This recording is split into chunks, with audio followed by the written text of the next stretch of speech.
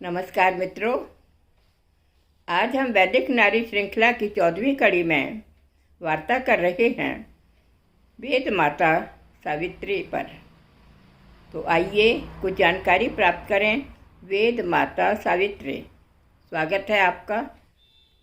सावित्री सविता एवं श्री पृश्नि की पुत्री हैं। इनके पिता द्वादश आदित्यों में से एक हैं। ऋग्वेद के 11 सूक्तों में इनकी आराधना की गई है। इनकी माता भी मानो सूर्य की विविध वर्णा किरणों का साक्षात रूप हैं। सावित्री पिता के सावित्री तेज से संपन्न हैं, अतः इनका नाम सावित्री है। ब्रह्मवैवर्त पुराण के प्रकृति खंड के अनुसार प्रलय के समय परब्रह्म श्री कृष्ण में सर्वबीज रूपा प्रकृति लीन रहती हैं। सृष्टि के समय प्रकृति क्रियाशील हो जाती हैं। यही भगवान की मूल प्रकृति राधा है। पुनः इनके 5 रूप हो जाते हैं: दुर्गा, लक्ष्मी, सावित्री, सरस्वती और राधा। प्रजमाकृति प्रकृति, इसका अर्थ है जो सृष्टि रचना में प्रवीण हो वह प्रकृति है। वे ही नाम भेद से उपर्युक्त 5 रूपों में दिखाई देती हैं। भगवान कृष्ण ने स्वयं सावित्री को ब्रह्मा जी को समर्पित किया और वे ब्रह्मा की ब्रह्माणी बन गई। पति पत्नी के पारस्परिक विवाद तो जगत प्रसिद्ध है। देवी सावित्री ने भी ब्रह्मा जी को रिझाया है, खिजाया है और पृथ्वीवासियों को सीख देने हेतु अनेक लीलाएं की हैं। एक बार ब्रह्मा जी ने अपनी जन्मस्थली पुष्कर को आदि तीर्थ बनाने के लिए वहाँ यज्ञ संपन्न करने का संकल्प किया। यज्ञ की तैयारी पूरी हुई। यज्ञ मंडप में उनकी बाईं ओर श्री विष्णु और दाईं ओर भगवान शंकर विराजमान हुए। हमारी यह परिपाटी रही है कि बिना पत्नी के यज्ञ कार्य आरंभ अथवा संपन्न नहीं किया जा सकता। अतः अध्वर्यु का कार्य करने वाले महर्षि पुलस्त्य ने नारद जी के द्वारा सावित्री को संदेश पहुंचा दिया कि वे यथाशीघ्र यज्ञ स्थली पर पहुँचें। वे इस समय 16 श्रृंगार करने के उपरांत अपनी सखियों लक्ष्मी, गौरी, अरुंधति आदि के आगमन की प्रतीक्षा कर रही थीं। सावित्री ने नारद जी से कहा, पुत्र, मेरी अन्य प्रिय सखियाँ भी अभी आने वाली होंगी। उनके आते ही मैं शीघ्र ही वहाँ पहुँच जाऊँगी। मेरे वहाँ जाने से मेरी सखियाँ भी तो अपमानित अनुभव कर सकती हैं। अतः यज्ञ मंडप में जाकर उनसे थोड़ी देर प्रतीक्षा करने के लिए कहें। न जाने देवर्षि नारद ने किस प्रकार से मिर्च मसाला लगाकर कहा कि ब्रह्मा जी ने सावित्री को तुरंत न आने को अपना अपमान समझा।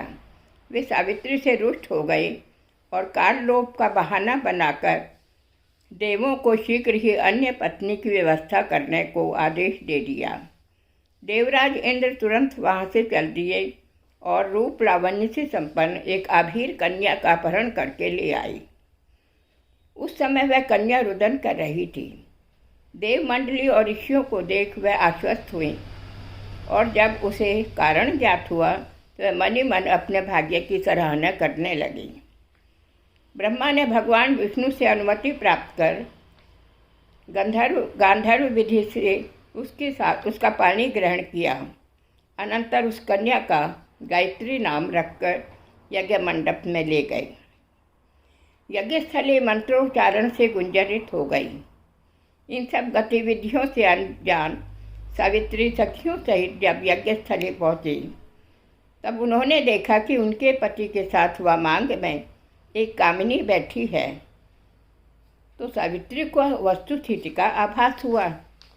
सावित्री को देख ब्रह्मा बोले, कल्याणी, दीक्षा काल टल रहा था, इस कारण मैंने इस कन्या का पानी ग्रहण किया है।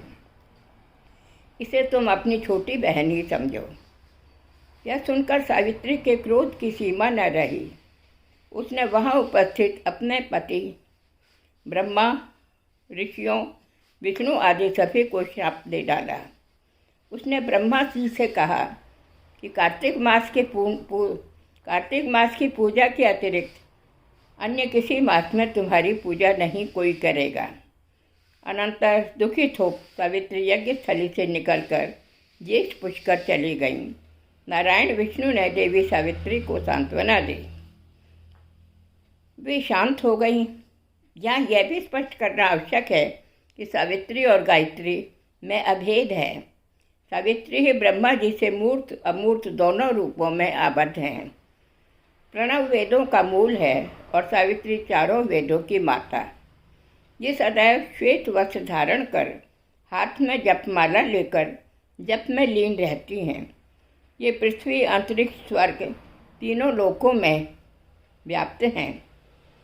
ये उस गायत्री मंत्र का जाप करती हैं जिसे हम सूर्य नारायण की उपासना के समय जपते हैं। वास्तव में तो ये मंत्र सावित्री मंत्र है जो गायत्री छंद में निबद्ध है। ऋग्वेद काल से ही इस मंत्र का विशेष महत्व रहा है। यहाँ एक दृष्टांत के द्वारा सावित्री के विस्तृत रूप को दर्शाया जा रहा है। प्राचीन काल में एक बार भ्रमण करते हुए नारद जी श्वेत द्वीप में सरोवर के किनारे विचरण कर रहे थे। अचानक उन्हें वहाँ एक कन्या दिखाई दी। नारद जी ने उस कन्या से उसका परिचय जानना चाहा, पर वह मौन भाव से नारद की ओर देखती रही। कुछ ही समय में नारद जी को लगा जैसे उनका सारा ज्ञान लुप्त हो गया है, तिरोहित हो गया है। उन्हें भ्रमित हुआ देख वह कन्या मंद मंद मुस्कुराने लगी। शरणागत होते ही नारद जी को उसके शरीर में एक दिव्य पुरुष के दर्शन हुए। उस पुरुष के हृदय स्थल पर एक अन्य तेजस्वी पुरुष विद्यमान था। उस तेजोमय पुरुष के हृदय में भी नारद ने एक अन्य दिव्य पुरुष के दर्शन किए। अनंतर क्षण भर में ही वे तीनों पुरुष अलक्षित हो गए। मात्र वह कन्या ही अविचल भाव से खड़ी रही। नारद जी उसकी शरण में तो थे ही। उन्होंने उस कन्या की विधिवत अर्चना की और करबद्ध होकर पूछा, देवी, आपकी ओर दृष्टिपात करते ही न जाने मेरा ज्ञान कैसे तिरोहित हो गया था।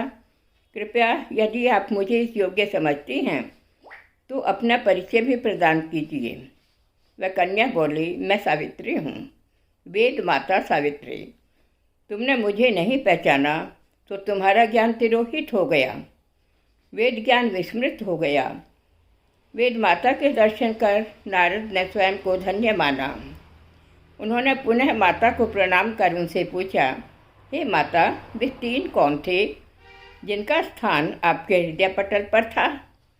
वह मंद मंद हास्य करते हुए बोली, हे पुत्र, जिस पुरुष को सर्वप्रथम मेरे हृदय में स्थित देखा है वह ऋग्वेद के रूप में साक्षात नारायण हैं। ऋग्वेद नारायण के हृदय में तुमने मेरे जिस पुत्र के दर्शन किए हैं वे यजुर्वेद स्वरूप साक्षात ब्रह्मा हैं। तुमने उनकी हृदय में सामवेद नामक रुद्रदेव का साक्षात्कार किया है। इनके स्मरण मात्र से समस्त पाप नष्ट हो जाते हैं।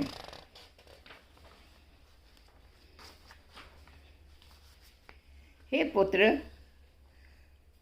तीन वेद ही ब्रह्मा, विष्णु और रुद्र हैं। मेरा ध्यान करते हुए तुम इस वेद सरोवर में स्नान कर वेद शास्त्रों की सर्वज्ञता मुझसे प्राप्त करो। इस दृष्टांत द्वारा हमने सावित्री के स्वरूप के मानसिक दर्शन किए। जो व्यक्ति माता सावित्री का जप ध्यान करता है वह सर्वज्ञ बन जाता है।